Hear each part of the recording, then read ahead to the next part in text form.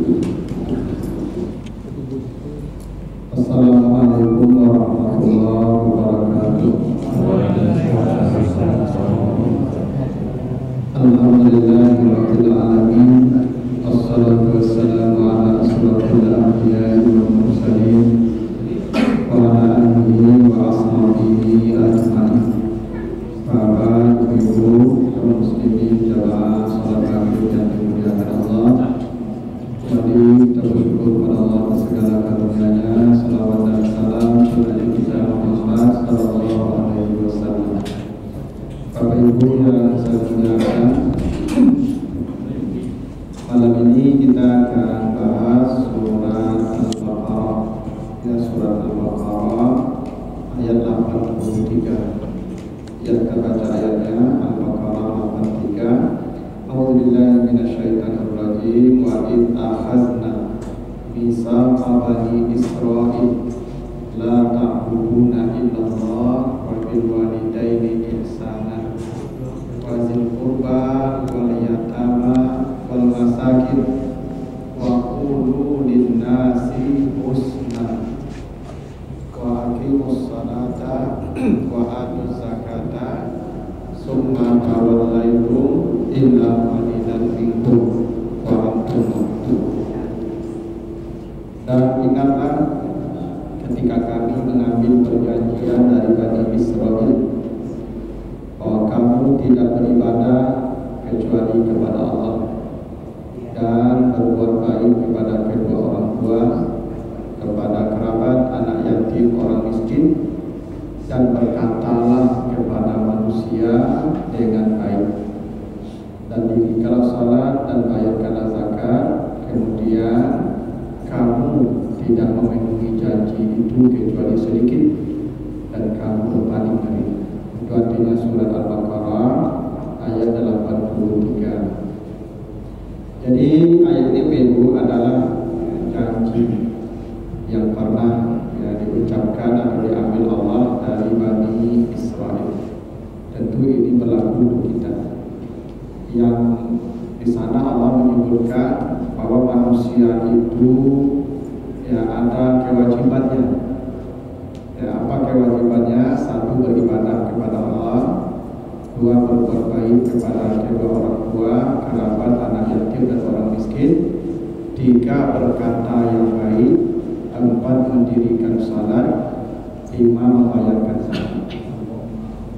Nah, salah satu dari 5 perintah Allah itu waqulu linnasi husna, berkatalah kepada manusia dengan baik. Ini poin kita Bapak. Poin kita pada kalimat waqulu linnasi husna, berbicaralah kepada manusia dengan baik. Jadi perintah berbicara dengan baik itu berada di tengah-tengah. Beribadah, berbuat baik kepada orang tua, lalu setelahnya salat, membayarkan zakat. Di tengah-tengahnya itu perintah agar berkata dengan baik kepada manusia. Ini saking pentingnya kita menjaga lidah kita ini. Saking pentingnya menjaga lidah itu, sehingga dia satu paket dengan perintah ibadah, bakti pada orang tua, salat, zakat. Ya. Karena Nabi pada ditanya, apa yang paling banyak membawa orang masuk surga, masuk neraka? Ya, apa yang paling banyak membawa orang masuk neraka? Karena Nabi al-farad, yang paling banyak membawa orang masuk neraka itu adalah soal mulut dan kemaluan. 2. Mulut nomor 1. Yang paling banyak membawa orang masuk ke neraka itu mulut. Karena itu dalam hadis yang sahih juga disebutkan, ya, hadis Muslim, nanti di akhirat ada orang yang bangkrut, namanya muflis. Ya. Ada orang yang bangkrut nanti namanya muflis. Siapa yang bangkrut itu? Dia datang di hari kiamat membawa ibadahnya yang banyak, salatnya, zakatnya, puasanya, salat malamnya, tapi ternyata semua amal itu habis untuk membayar hutang. Hutang apa? Syatamahaza, mulutnya selalu membicarakan atau berbicara tentang sesuatu yang menyakitkan perasaan orang. Syatam, mencela, menghina, mengolok, membuli, menghibah, itu namanya syatam. Jadi yang membuat manusia kehabisan amal sampai bangkrut nanti di akhirat kalau dia tidak mengatakan husna. Nah, ini masalah penting ya, menjaga lidah. Nah, makanya kata Allah, wa qulu linnasi husna, berbicaralah kepada manusia dengan baik. Nah, pembicaraan yang baik ini Bebo ada banyak ya sifatnya dalam Al-Quran.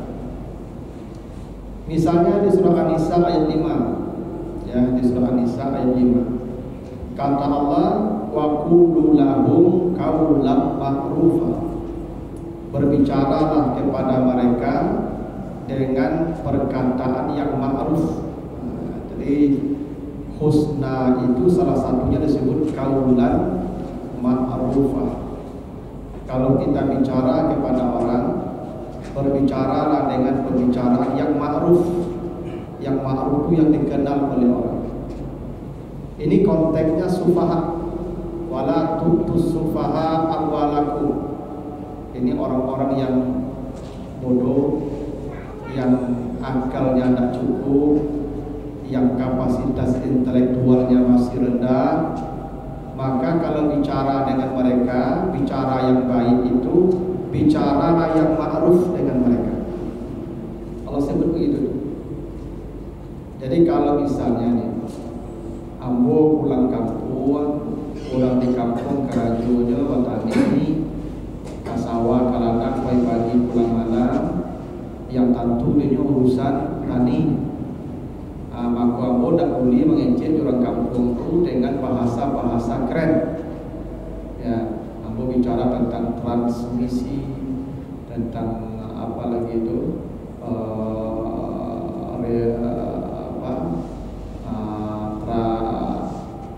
globalisasi, tentang apa lagi itu yang sisi itu. Ya, orang di kampung tak mengerti itu.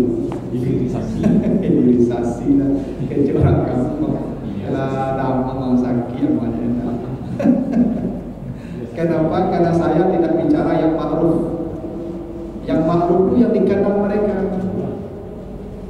Saya kalau berhadapan dengan orang-orang di kampung yang memang kerajunya hari-hari di sawah, di ladang, yang saya ambil temanya yang dengan mereka, tentang cabai, tentang bawang, tentang pupuk. Itu jadi ini itu namanya kaulan ma'rufah. Itu baik, itu namanya itu. Tapi kalau mau bicara hal yang tak mereka kenal, itu tak baik bicara mereka. Ya sama juga ibu misalnya kalau punya suami, ada salah satu ibu tak punya suami, lalu ibu bercerita suami sama-sama, itu tak ma'ruf. Kecil ibu yang tak punya suami dan lain saja. Kenapa? Itu rusak hubungan itu tak ma'ruf. Jadi kaulan qululin nasi husna itu salah satu bentuknya berkatalah dengan perkataan yang ma'ruf, kata Allah. Dari surah An-Nisa ayat 5 ya. Wa qulu lahum qaulan ma'rufa. Penting juga. Awak kalau mengencing jurang jadi lagi sia yang menjadi lawan bicara.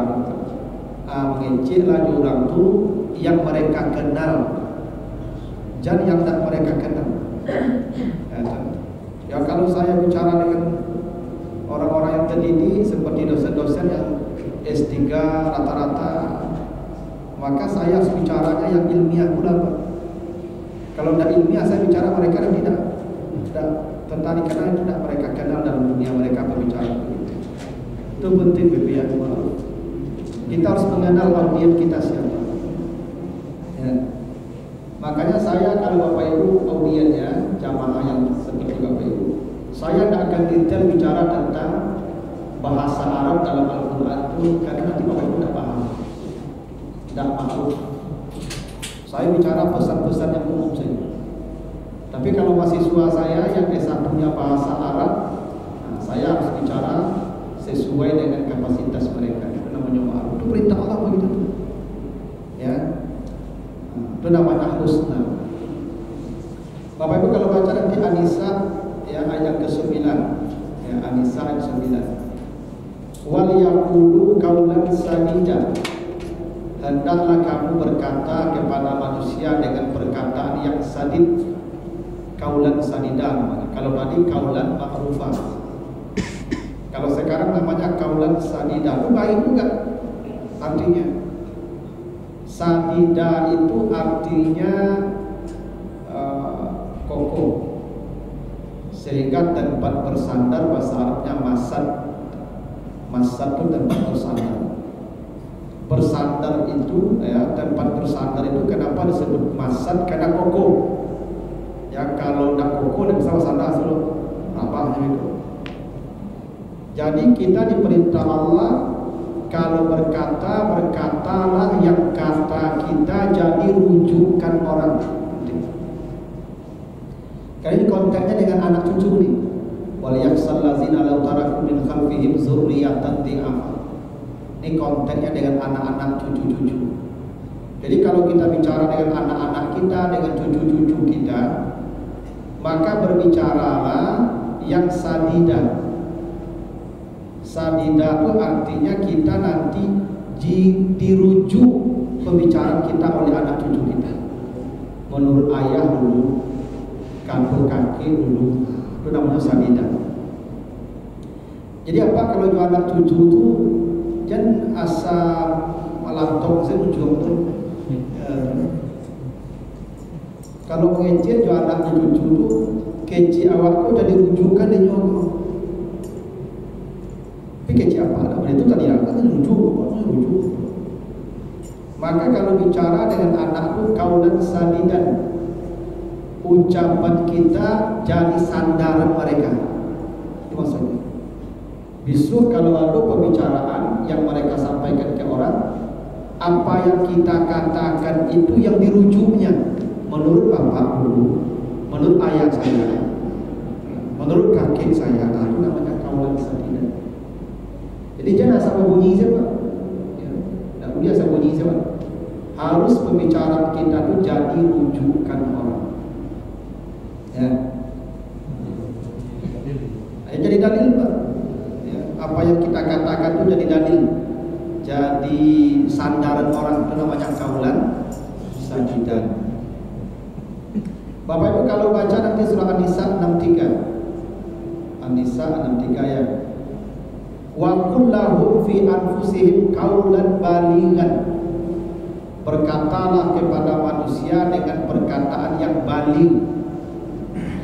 Itu baik juga tuh. Jadi ada namanya qaulan ma'rufah, ada qaulan sadidan, ada qaulan balighan. Nah kaulan balighan ini bebo, apapun yang kita sampaikan, yang kita katakan itu masuk ke hati orang itu namanya baligh.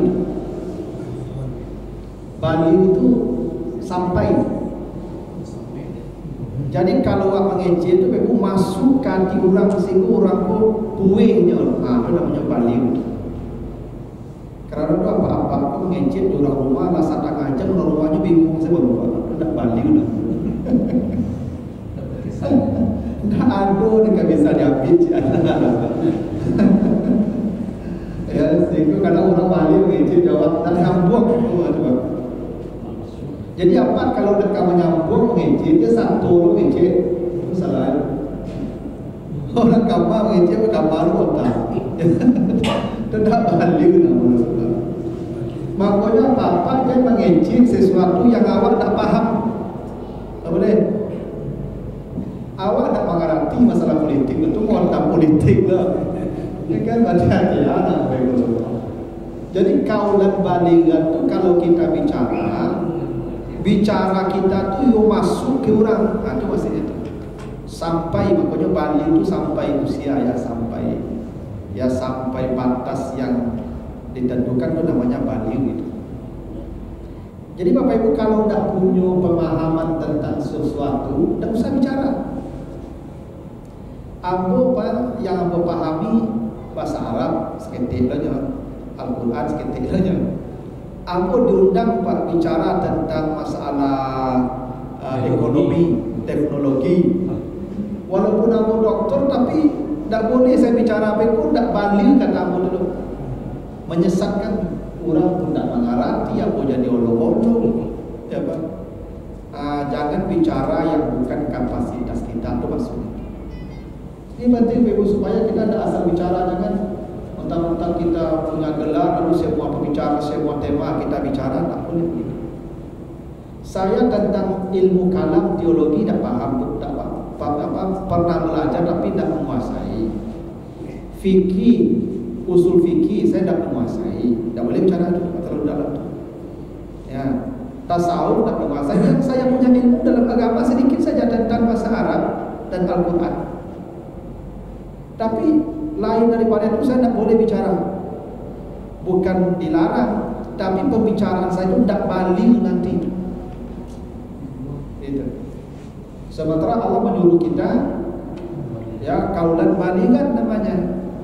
Wa kullahu, ya kaulan baligan, berkatalah kepada manusia dengan perkataan yang balik.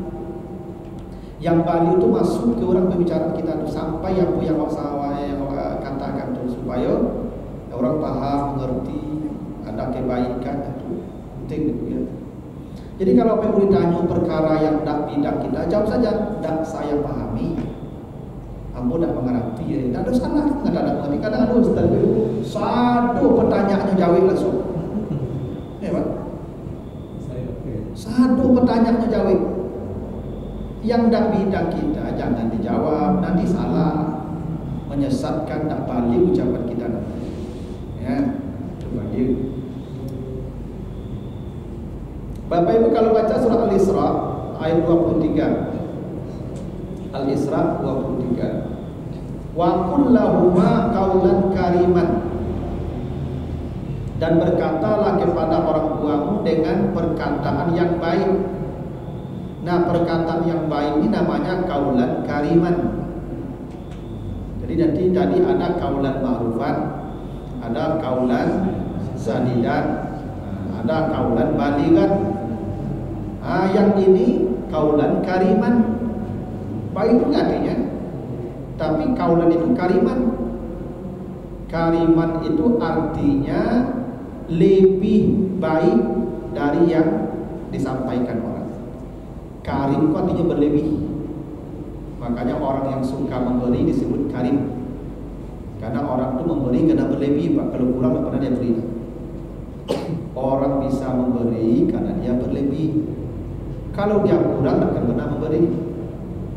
Jadi kaulan kariman itu pembicaraan kita lebih baik dari orang yang bicara kepada kita. Ini konteksnya kepada kedua orang tua. Jadi kalau orang tua kita bicara, maka jawab pembicaraan mereka lebih baik dari yang mereka katakan. Ya. Misalnya kalau orang tua kita marah, wah anglai, tak menampak matuang tu. Kan acu apa bagi cecet dia, mama cecet. Ya, kama matuang dia cakap ya. Maka kita tetap berkata lebih baik. Mohon maaf Pak, you tak tampak yang tadi lo. Itu. Aja dijawab, apa salah sama ada pelantaan saya. Jadi kalau ke orang tua kaulan kariman. Kalau kita bicara, bicaranya mesti lebih baik dari yang mereka katakan. Kalau orang tua kita bertanya, aduh nampak tadi kacauan tu ayah di situ. Jangan jawabnya, tak, tu nak kariman itu. Di mana biasa ayah lantaan? Biasa siku ayah lah mencari tu. Untuk aku kena salib bagi aku kau kariman itu. Jangan nampak kacauan tu ayah tadi. Tak. Itu tidak kalau kalimat ada Pak. Tidak ada. Memangnya betul tanya nampak tak ke betul jawab itu kan. Cuma tidak kariman. Yang kariman tu ditanya yang menyenangkan hatinya. Biasanya yang taruh di ayat lantak 5, ayat lantak 5 biasanya. Atau di meja kan, ya belah cari ke meja dulu. Itu kawalan kariman. Itu korang dua itu tu Pak. Jangan jawab cik, tanya cik jawab cik gitu. Itu tak karimat tak boleh tu. Ya, memang begitulah Al-Quran mengajarkan. Kalau dengan orang tua bicaranya harus lebih baik dari kata mereka ke kita. Jadi kalau ayah tanya, "Kama mantua mencari," jadi jawab, "Oh, sekarang aku boleh dah." Dah boleh jadi dulu kan. Tak karimat tak boleh tu. Ya. Kalau karimat tu lebih baik pembicaraan kita. Oh, tak nampak dan mau tadi yang mohon maaf ya. Coba ada yang kamu peluk hilang tak balik. Itu namanya karimat. Kawalan karimat. Memang begitu. Itu namanya baik. Cuman baik itu namanya karimat. Ini kalau kepada orang tua. Nah, Bapak Ibu kalau baca surat Taha 43-44, surat Taha 43-44, itu kata Allah, faqula lahu qaulan layyina. Wahai Musa dan Harun, kata Allah ya, berbicaralah kepada Fir'aun dengan perkataan yang lembut. Di situ qaulan layyina, berkatanya lembut. Itu baik juga tuh. Sebab yang dihadapi orang sombong, Fir'aun. Awak kalau orang sombong, joraju, pemimpin, bos, harus lunak. Dah boleh tinggi dah lebih. Punya raju, punya penguasa. Makanya apa kok cara mengizin orang datil. Kalau apa punya bos, punya atasan, kakak, ya, maka kalau bicaranya harus lain. Lain tu lunak. Awak warga tu mengizin ke PRD, PRD ku atasan kau Pak. Mengizin ke PRD ku lunak. Walaupun PRD kau salah, PRD boleh aku bagi saran PRD. Silakan Pak. Baru bagi saran. Jangan langsung Pak PRD kau salah kepada PRD. Memang begitulah Pak. Tak boleh kita bicara kepada orang yang di atas tu dengan bicara yang kasar, menghardi, keras. Kata Allah kepada Musa dan Harun, qaulan layyinan. Lain itu artinya lunak, lembut. Karena orang kadang Fir'aun, raja. Walaupun dia kafir tapi dia raja. Itu makanya pemimpin kalau nak jadi pemimpin tak boleh dicaci maki. Tak boleh pemimpin dicaci maki. Kalau nak ketujuh je pilih besok dah. Ya Pak. Imam kalau salah imam boleh tak dicaci maki Pak. Baca cara menegur imam yang salah. Subhanallah. Tapi itu Pak. Itu yang kaulan layinan namanya. Kalau dia dah awaknya pemimpin. Salahnya imam tu lain. Subhanallah. Tapi itu Pak. 3 kali salahnya Subhanallah. Tapi itu Pak. Lah 3 kali salah aja lain. Tak bisa saya jingkan saja lain. Jad pakak imam kau maaf. Ini sifat. Karena perintah Allah itu kalau orang itu di atas posisinya, terlepas perilakunya seperti apa, qaulan layyinan, berbicaralah kepadanya dengan perkataan yang lunak. Ini Fir'aun ya Pak. Fir'aun ya Pak. Ya, rasanya belum ada pemimpin kita seperti Fir'aun Pak. Ya, mungkin daki-daki lah. Mirip-mirip serupa Fir'aun lah ada orang. Oke kalau daki-daki aja lah. Nah yang seperti Fir'aun saja tak boleh mencaci maki, ya, kasar, tetap bicaranya lain. Kadang kalau Bapak Ibu caci maki dia, nanti amal kita habis, kasih ke dia. Dia rugi kita. Nanti Bapak Ibu caci maki dia. Dia salah Pak. Iya kan subhanallah diingatkan.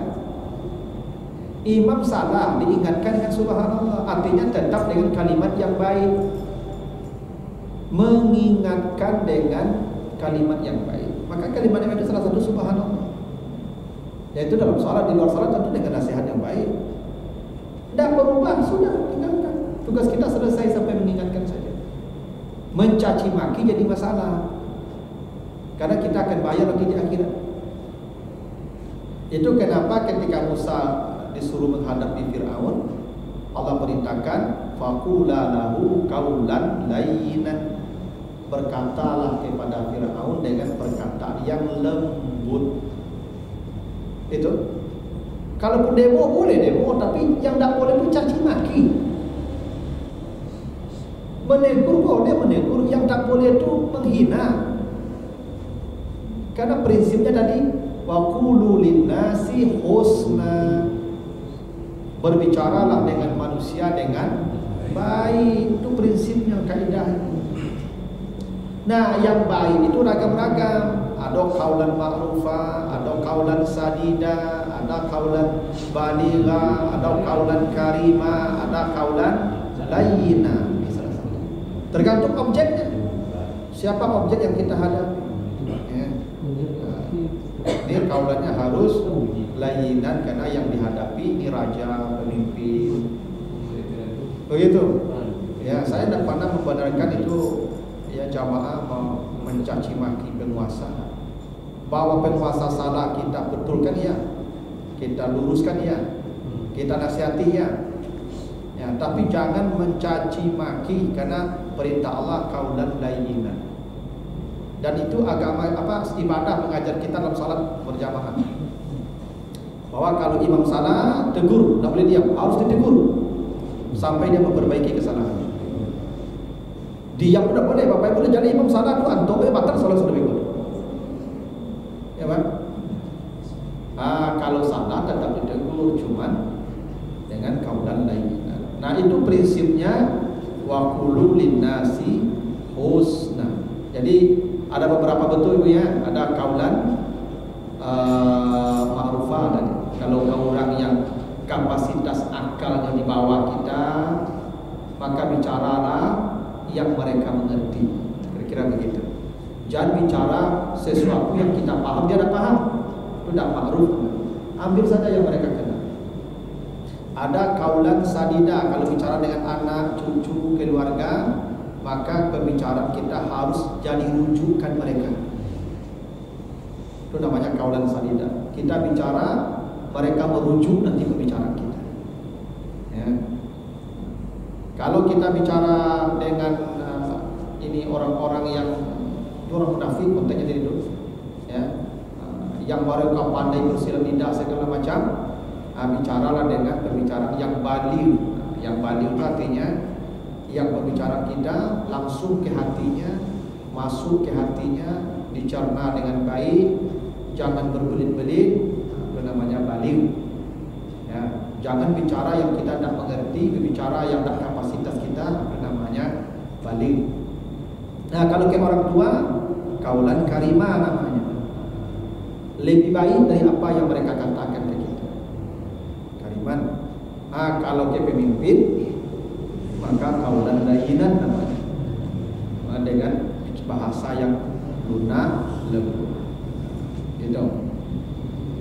Nah, secara redaksi ada beberapa hal yang menarik dari ayat tadi Al-Baqarah 83. Jadi kata Allah waqulu linnasi husna.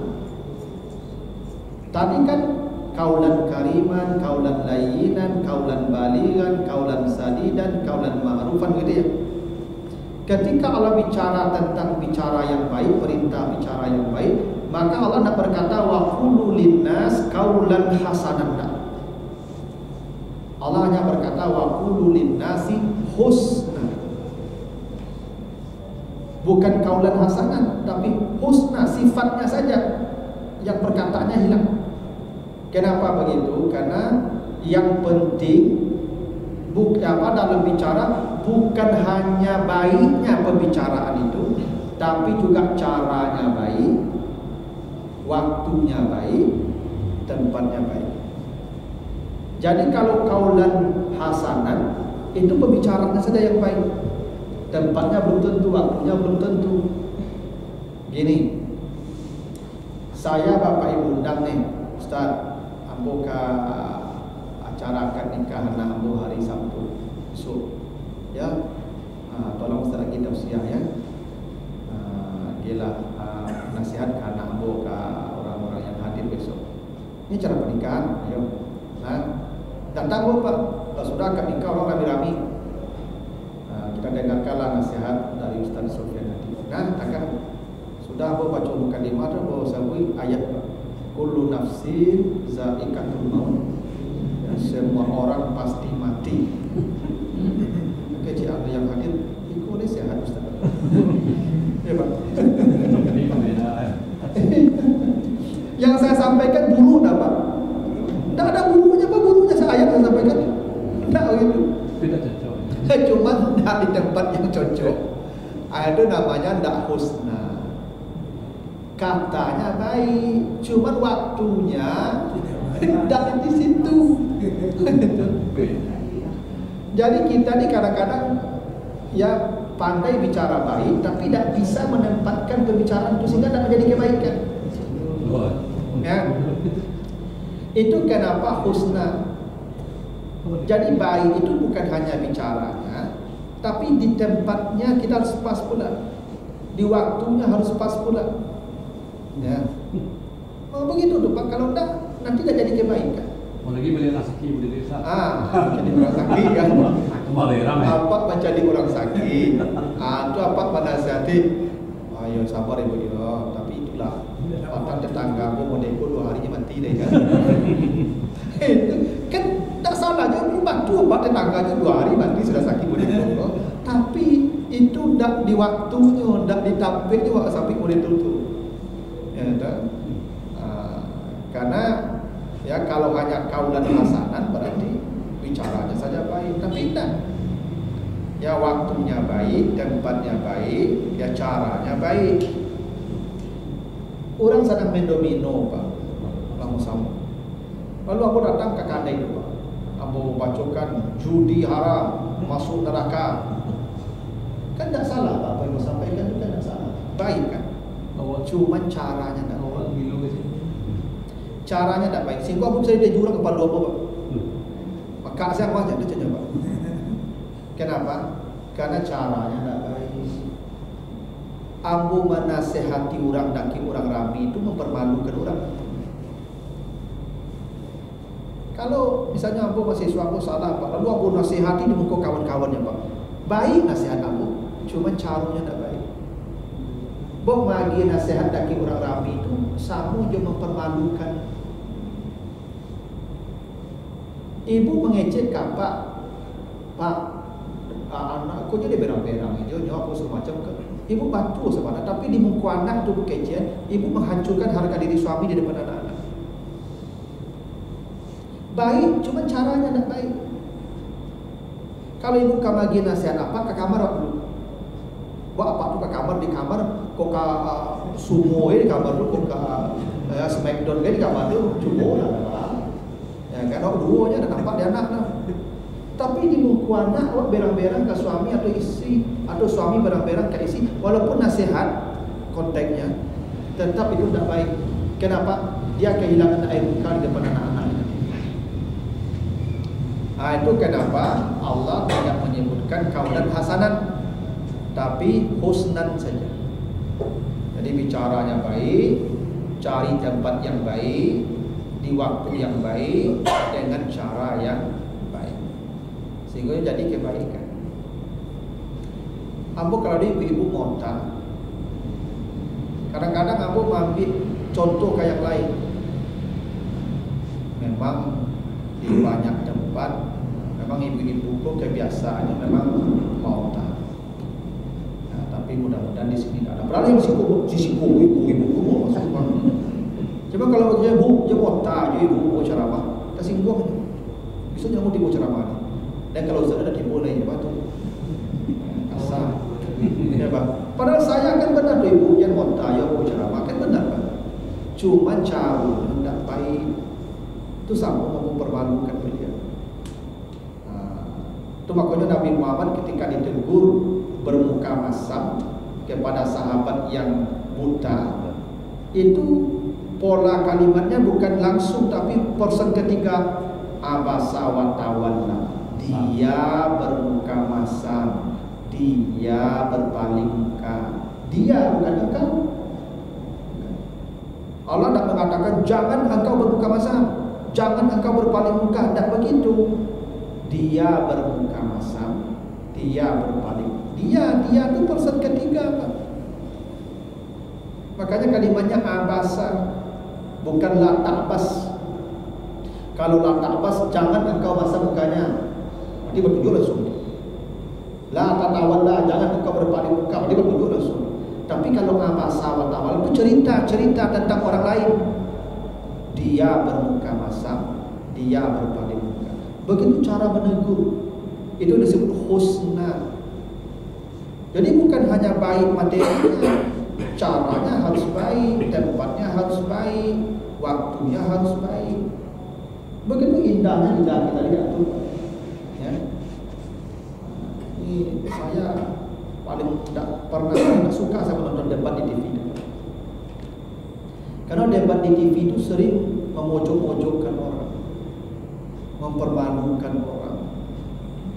Ya. Padahal Allah suruh kita dengan cara yang baik. Ya. Ini mempermalukan orang, memojokkan orang. Itu tidak boleh. Makanya ada contoh-contoh ya Bapak Ibu dalam Al-Quran, contoh bagaimana berkata yang baik. Coba baca surat Maryam ayat 42 ya sampai 47 ya. Surat Maryam 42. Itu ketika Ibrahim menegur bapaknya kan yang berhala, yang bapak itu salah itu kerja bapak itu. Apa kata Ibrahim kepada bapaknya? Ya abati lima taqulu ma la yasma wa la yubsiru wa la yughni anka syai'an. Wahai ayahku, kenapa engkau menyembah sesuatu yang tidak mendengar dan tidak melihat dan tidak bisa berbuat apa-apa? Jadi Ibrahim itu tidak berkata ayahku fasik, ya, ayahku ahli bid'ah, ayahku kafir. Tidak ada begitu bahasa Nabi Ibrahim. Dia berkata ayah, kenapa ayah menyembah sesuatu yang tidak bisa mendengar, tidak bisa melihat dan tidak bisa berbuat apa-apa? Jadi kalimat tanya, karena bertanya itu paling sopan, Pak. Awak Pak kalau ya memerintah melarang, yang paling sopan itu kalimat tanya, Pak. Abu mahasiswa aku kalau datang ke ruangan aku sedang tidak bisa ditemui, aku sedang ada kepentingan dulu. Abu bisa musia itu, Pak. Keluar dulu ya. Kalimat perintah itu. Tapi yang tidak nyaman lah. Keluar dulu ya. Keluar ya. Atau saya pakai kalimat perintah. Saya masih ada pekerjaan sebentar. Berarti kalimat perintah. Ini kalau Pak, tapi lebih sopan. Yang paling sopan bertanya, apa boleh saya menyelesaikan pekerjaan sebentar? Kan sama fungsinya kedua. Makanya Ibrahim memilih kalimat tanya. Makanya ketika datang tamu ke rumah Ibrahim, nanti baca di Azariyat ayat 24 sampai 30. Ketika datang tamu ke rumah Ibrahim dikasih makanan, apa kata Ibrahim? Ala ta'kulu, apakah kalian sudi mencicipi makanan ini? Kalimat tanya, Pak. Tidak sungkahan lah. Tidak dulu, Pak. Tanda saya ada yang tidak. Kalimat tanya itu sopan. Sudikah kau memakannya? Karena itu husna namanya, Pak. Awak kalau menegur orang, melarang orang, menyuruh orang, bisa pakai kalimat tanya. Bu, lah ya doa ini deh. Maksudnya apa tuh? Bawa balik minum. Cuma kalau apa gitu, bu minum mari. Ya, kayak ibu. Yang istilahnya enak. Tapi kalau dia apa pada nyuruh, lah ya doa ini minum deh. Kami minum apa tuh? Iyo, Indah kalimat tanya itu yang disebut husnan tadi.